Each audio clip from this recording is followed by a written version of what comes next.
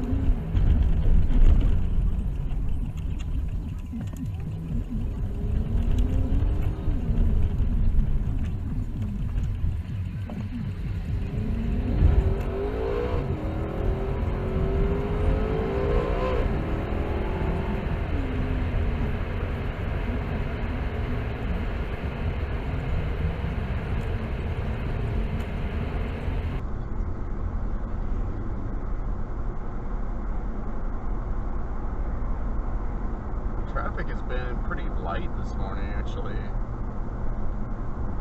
Normally we see quite a bit more congestion on this road. I was even looking at the freeway as I went under the overpass, and it looked relatively clear. This means that all the crap drivers stayed home. It's good news for everybody.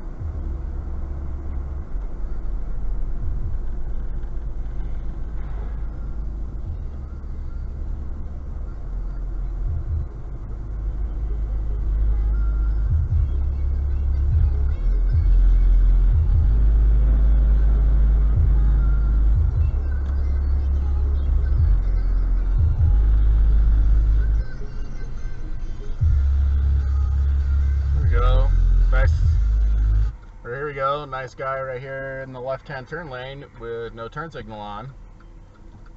Normally that's probably okay, except there's a bunch of traffic, and you know, while the people behind him may know that he's turning left because he's in the left-hand turn lane, the people coming in the opposite direction don't.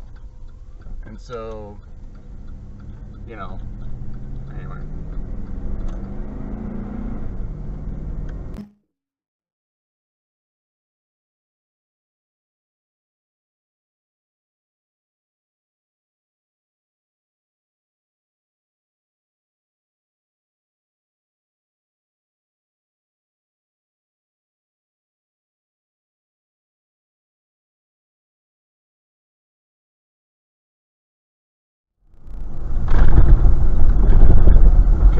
So back on the road, headed down to this other office building. I get back in the car, and this camera that is supposed to turn off with the car, so it picks up alternator signal through the electrical system or something. I don't know. So it's supposed to turn off. Had been sitting here recording the whole time. So I went through and deleted a bunch of them, but it looks like I've not got a whole lot of time or a whole lot of space on the memory card still. So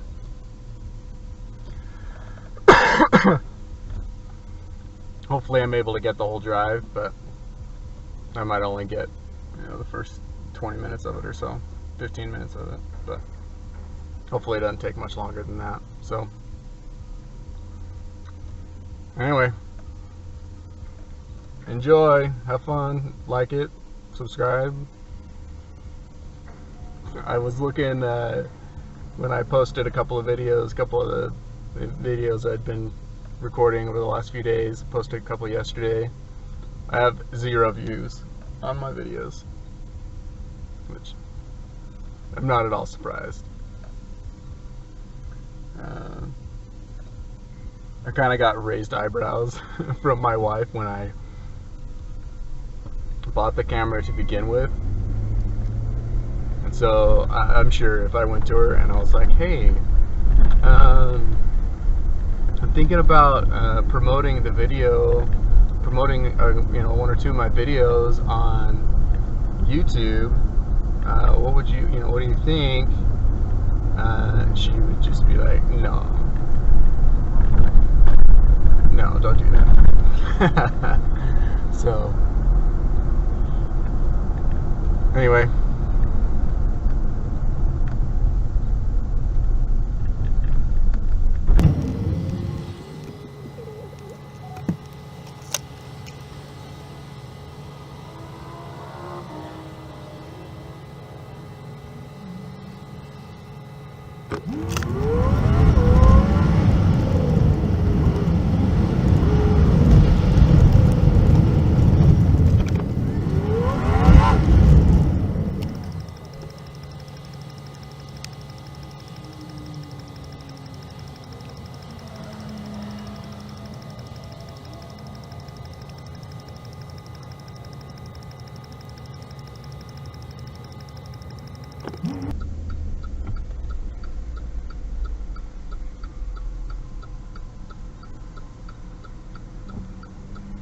we got people crossing the street here.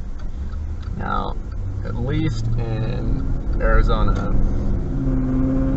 so I moved to this state about 4 years ago, and at least in Arizona, the law was that when people are crossing the street, you have to wait for them to get through your half of the street. So if you were going to turn, if you're turning left, you'd have to wait for them to get to the lanes where you're not turning. But this is a one-way road, so I don't know how they'll, a rule or I don't know if that's the actual law or if that's just like a guideline, but I don't know how that would apply to a one-way street. But that's what I did there, is I waited for them to get, what do we have? Back there was what, 5 lanes, 4 lanes. So I waited for them to not just, I didn't just like squeak right behind them. I, waited for them to get a couple of lanes out and then turned in. Thing is with pedestrians, and they had a dog too. Sometimes things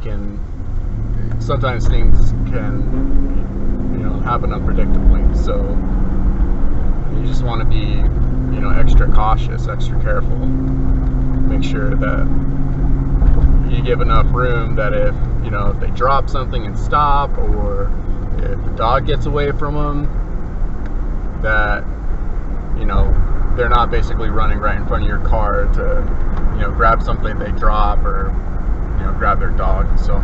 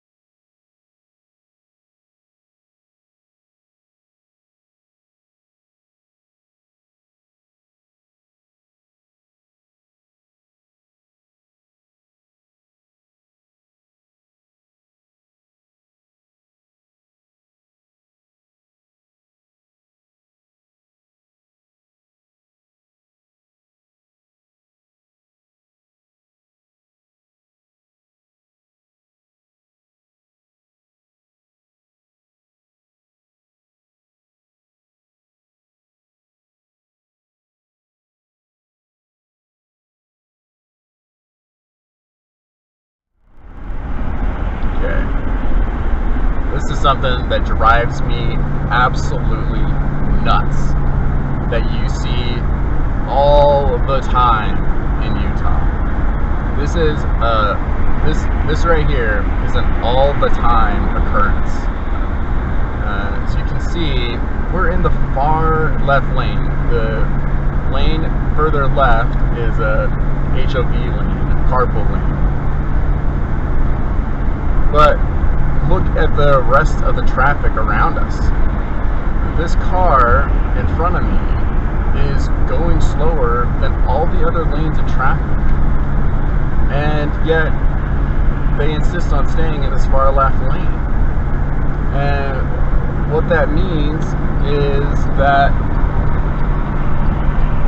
everybody is having to go around this person on the right, which we're on the freeway, so that's not dangerous per se. The problem is people in these 2 lanes, so the lane I'm currently in and the next lane to the left, are anticipating and expecting to be going faster than the general flow of traffic.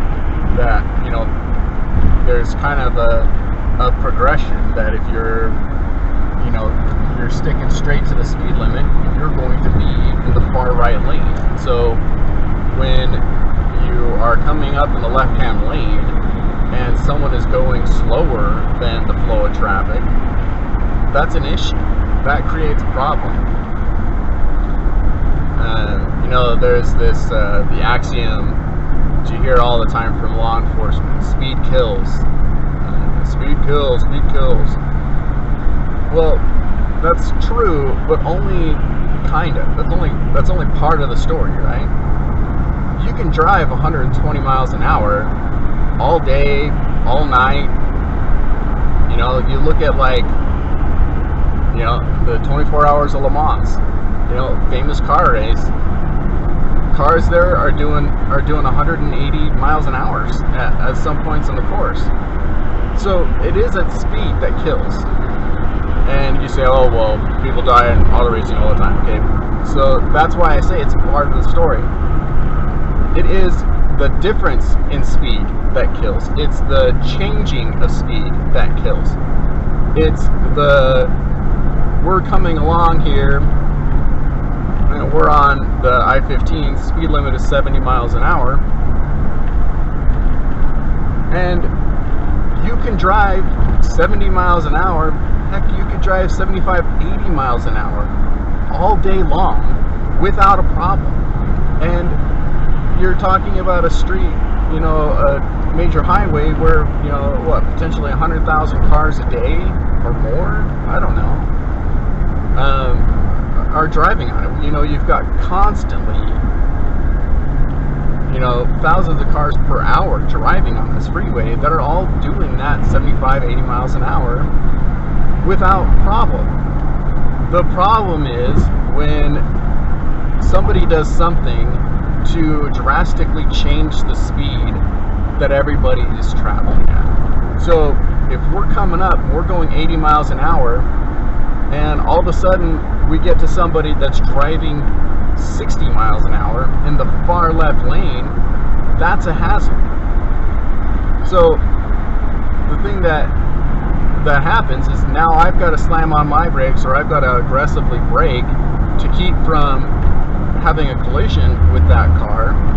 Well, it could create a domino effect behind me, where, you know, the car right behind me is not paying as much attention, and so they've got to aggressively brake even more, and on and on and on, to the point that, you know, maybe 3-4 cars behind me has to aggressively brake and then swerve out of the way to keep from having a collision that then causes an accident. So, you know, they say, oh, if you drive slow, you know, you'll never be in an accident. Well, no, that's completely false. It's patently false. Driving slow, you know, maybe you're not in an accident, but you might be causing accidents behind you that you never know about, because you're gone after you have caused the accident. So the moral of the story, or what I'm getting at, is, you know, if you want to drive slower than the flow of traffic, that's fine, but there's a place to do that, and the place to do that is in the far right lane. If, you know, particularly if you are driving under the speed limit. If you are driving, you know, right at the speed limit, you know, it's a little bit different story. But if you are driving under the speed limit, the only place that you should be is in the far right lane.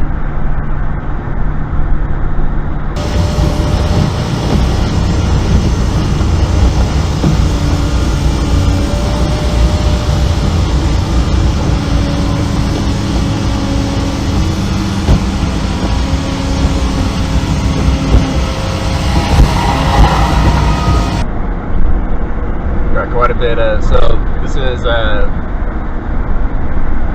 right before Memorial Day weekend. So this is a Friday before Memorial Day. So there's actually a fair amount of vacation or, you know, holiday traffic. So you know, a few trailers and RVs and things like that. This is kind of uncharacteristic congestion at this time of day. It's about 9:45. Normally the freeway would be fairly clear at this time of day, but I've seen a fair bit of traffic actually, which is odd. So I got into my office today, this morning, and the parking lot, normally the parking lot is fairly full. There's, you know, just a couple of spaces left. When by the time I get in there, not the lot, but the covered parking, like the garage. There's only a couple of spaces left. But I got in today, and there was probably, you know, half or 3/4 of the spaces were empty. And it's like, yeah, just tons and tons of people taking a long weekend. See, here's another like perfect example. All of these people getting on the freeway have not gotten up to speed. And so in turn, what that means is the person trying to exit, instead of being able to go and maintain freeway speed, is had to slow down. And, you know, here we are, we're going 70 miles an hour. People behind me are doing 70 miles an hour or 75 miles an hour. But this person had to slow down to almost 50 miles an hour to be able to get off of the freeway. And it's just a hazard. It's a dangerous situation. But, you know, what can you do? The problem is people getting onto the freeway are not getting up to speed like they should. And so, you know, it creates this compounding problem. And again, it's one of these problems that you never know about, right? So, you know, you go along on your merry way, and you know, you're none the wiser, right? So you get on the freeway going, you know, 40 miles an hour, 50 miles an hour. Meanwhile, everybody behind you is having to lock up their brakes to keep from crashing into you and crashing into the people, you know, on and on. And, you know, then before you know it, you know, 4 cars behind you, there's a major accident. But, you know, you're driving, you know, a little oblivious. So, you know, you're none the wiser. You know, you've got no clue that you just caused this huge accident behind you, and you're just going along your merry way. So, yeah.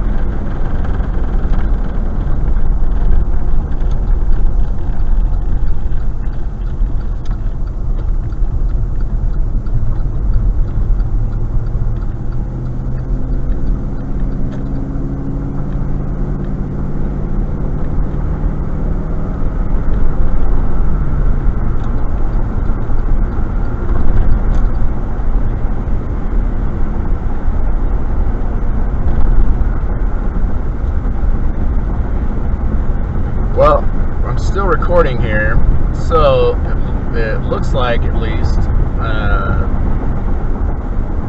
part of what the camera is supposed to do, which is just record, and then you know, once the card gets full, to, you know, delete the oldest recording. You know, at least it seems like that part of it is working, but who knows? I went yesterday and was looking at some of the videos on the card, and a couple of the files had been corrupted. A couple of the first recordings that I had made had been corrupted, and so it kind of makes me wonder. You know, either I didn't pull, you know, I didn't eject the media the right way or something when I took it out of my computer or something like that, but who knows? You know, like I said, this is like it's like a $20 camera from Amazon, and yeah, it's not anything fancy. Although, the quality is not great. You know, it's not anything to, you know, shout about or anything, but it's not terrible. And I also felt like the sound quality was decent as well. I felt like, you know, like I'm just talking at a normal volume. I'm not even really raising my voice. I felt like the microphone was picking it up just fine, but who knows? One thing I have noticed though is that the response, the exposure response, I don't know what they call that in camera speak. You know, the part of it, or the response where it changes, you know, the light reception and stuff like that, doesn't seem to be super quick. So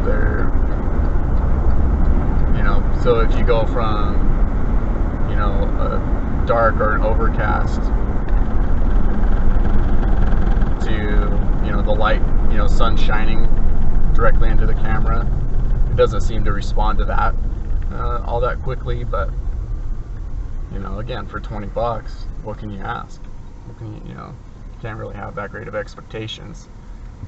I also have noticed that it's that the recordings, it's not so much you don't see it so much in the recording, but it's definitely on, you know, this has got like a little 3-inch LCD screen or whatever, and you don't see it nearly as much. Pardon me while I swig. You don't see it nearly as much in the recording as you do in the LCD screen. So it could just be that the refresh rate on the LCD screen is low, but all in all, I've got really no complaints. Yeah, so far it's doing exactly what we want. And for reference, I am currently speeding, but you can see, you know, how much faster than me that car right there is going.